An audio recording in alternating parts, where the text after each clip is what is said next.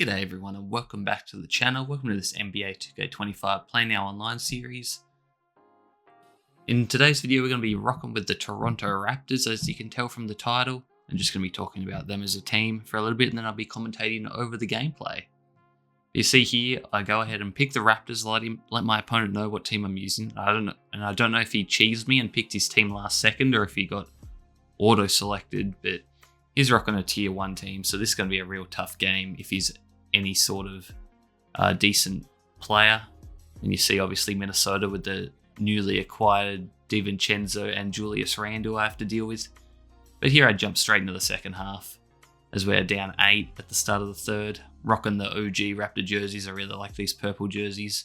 And obviously Anthony Edwards has been a bit of a problem in this game for me, as he has a pretty favourable matchup there. But RJ Barrett comes straight down the other end and slams it home. Yeah, talking about the Raptors in real life now, it looks like they've finally picked a direction, finally getting rid of OG Anunoby and Pascal Siakam, obviously trading them away and getting some decent players in the trade. I mean, they got RJ Barrett and Quickly from the Knicks, who I think are quite decent players. I mean, at least they've gone young, and obviously they've got their star man in Scotty Barnes, who I think they've just signed to like a max contract. So it's going to be interesting to see how he develops as I get it to him here. But he can't really find anything, but he finds Kelly Olynyk inside and knocks it down. But anyway, I think the Raptors are probably just going to tank, but I'm not exactly sure on their draft picks for the next year or two. I feel like maybe they gave one away due to the Pirtle trade, but I'm not too sure. I feel like that might have been the year just gone as well. But anyway, we're trying to make a comeback here as Grady Dick hits the 3 there to cut the deficit to 3.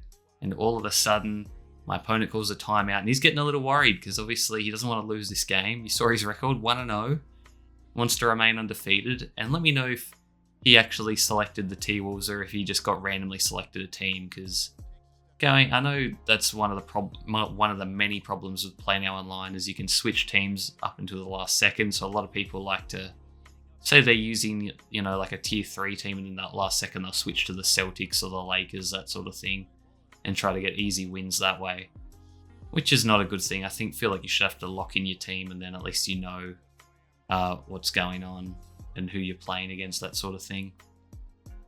But anyway, speaking on the Raptors, I feel like, they're just going to basically drag for flag, I think is the phrase at the moment. So I don't think they're going to be making the playoffs or anything. They've got a few good pieces in the likes of Quickly, Barrett and Barnes, but no real high-end quality talent. But I'm just glad they finally picked a direction, because them just holding on to OG and Siakam, they probably held on for a year or two too long. And this goes all the way back to Lowry leaving for nothing. Obviously, Kawhi left for nothing, but you couldn't really do anything about that one. And they won the championship the year before, so Raptor fans at least did have something to celebrate not too long ago. But now it's going to be a long climb back up to the top now, as they've got to start basically from the bottom again.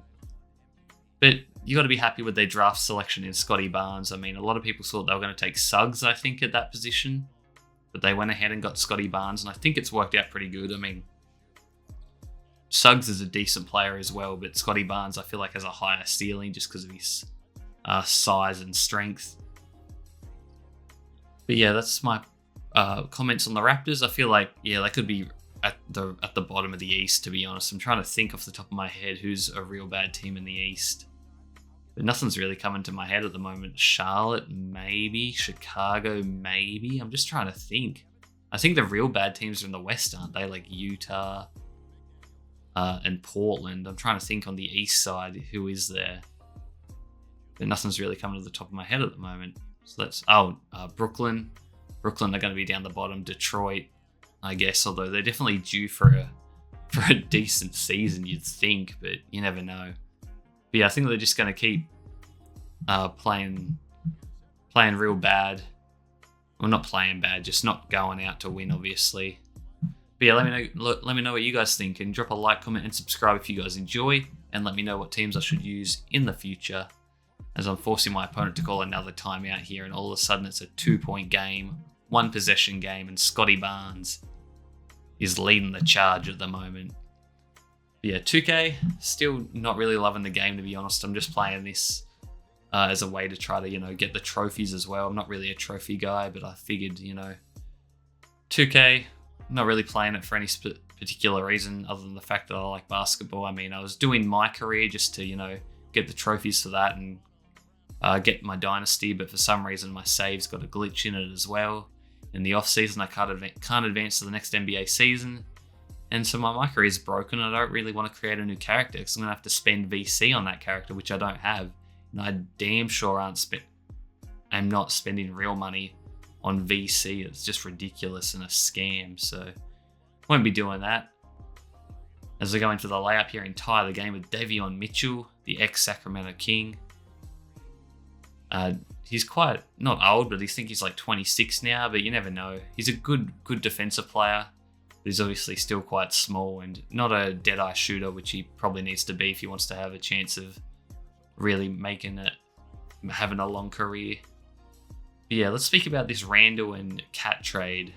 Seen a few things on it, and it was a really shocking trade, kind of out of nowhere, to be honest, but I feel like the main reason for Minnesota was just to get off the Cat money, so I'm assuming Randall might be coming off his deal real soon because they'd want to pay, what's his name, Naz Reid eventually, and obviously I think Anthony Edwards' huge extension kicks in soon, if I'm not mistaken. But yeah, that's the main reason. I feel like Naz Reid might be starting. Not too sure. I guess Randall would probably have to start actually, so Reid would probably stay as a sixth man. But you never know. A lot of people felt like they should have kept Cat and got rid of Gobert, but I feel like they weren't going to get anything real in return for Gobert, especially after the Olympics he had as well, and just people clown on him all the time. And obviously they gave up a lot to get him, so they weren't going to get anything near back in return as for what they gave up. So I guess they're just going to stick with him with it, which I don't really blame him for. But I feel like the real sneaky good move in this trade was Dante DiVincenzo.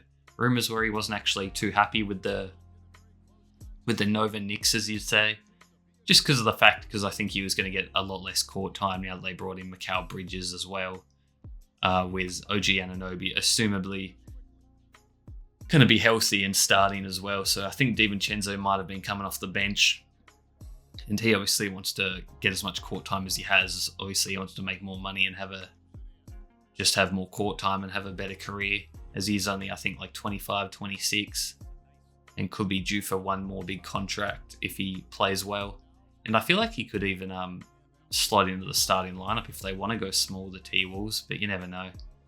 I could definitely see him playing as like a point guard or a backup point guard, because basically Ant's going to have the ball and initiate the offense most of the time. But with Mike Conley getting older and older, he might be breaking down or just playing less and less, so DiVincenzo can get some more minutes there. And his spacing is going to be real good and really important for Ant as well, especially if they're playing Rudy, because that's already one non-floor spacer, whereas DiVincenzo could definitely light it up at times, and he loves to put him up as well. But yeah, real bummer for the Nova fans, as they never got to see the four Nova boys play together, but that's just how the cookie crumbles. And for the Knicks, it's a decent fit with Cat. Obviously, he can stretch the floor, but I don't know. Some people still have a sour taste in their mouth, like me, after watching that Mavs series. After he played so well in the first round series against the Suns, where he was dominating, and even against the Nuggets when they needed him most, Cat actually came through. Was playing decent defense on Jokic as well, as he was manned up on him for a fair bit of the game. And then he just turns into a pumpkin, it seemed like, in the Mavericks series. He just couldn't hit a shot, and he's the proclaimed best big man shooter ever, according to him. And I mean, he's won a 3-point contest, so he has that going for him, but on his max deal, you'd want him to play a bit better in that series than what he did. But you never know. He doesn't have to be the best player on the Knicks, that's for sure. That'll go to Jalen Brunson. And then he just has to be a decent player. It's going to be interesting if they start him at center. I think they will. But it'll be interesting once Mitchell Robinson gets healthy. Will they go Cat and Mitchell Robinson, or will they run like OG at the 4 and Cat at the 5? Because OG is definitely big enough and strong enough to play even center if he needed to. It's just his health that gets him into trouble and in the way. But yeah, those are my thoughts on the trade. I'm going to talk over this gameplay now. as I've actually taken the lead by 5 points now. He has hit a few nice shots with Ant. I don't think he's doing the rhythm shooting. He's just doing like the go-to shots with the button, which looks smooth and look real nice when they go in. But I hit a crossover there. I kick it out. I find Bruce Brown, pump fake, kick it back to Scotty Barnes, and I've kind of messed this possession up. I'm going to have to take a tough shot there. But Scotty Barnes gets it to go, and he's got double figures now, 10 and 4 on the night. And he's not too happy. He calls a timeout as we go up 7 with just under 3 minutes remaining. So good second half comeback here from us, as we were down, I think, 10 at one point. Now we're up 7. So what's that? A 17-point turnaround so far in this second half. And this will be a big win as it gets us 3 points in the league, and I think it'll promote us to the next division or next league, however 2K want to phrase it. But I feel like it takes so long to go up this season, and you start from 0 again once you do get promoted.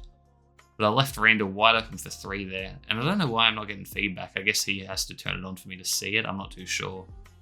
But I like seeing the shot feedback on all these shots and just see how 2K rates them, as I run a good pick and roll there with Quickly and Scotty Barnes, and Barnes gets the layup to go, and now we're up 9 as he comes back with Ant though. RJ Barrett on Ant, finds Conley wide open for 3, and that's just a bad defensive play there from Quickly, as Edwards just ran into 2 men really and drew the double.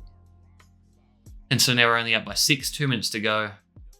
Scotty Barnes, Kelly Olynyk. Scotty Barnes probably had the runway there to take off, but he feeds it to Kelly. He gets it to Dick, to RJ Barrett, wide open for 3.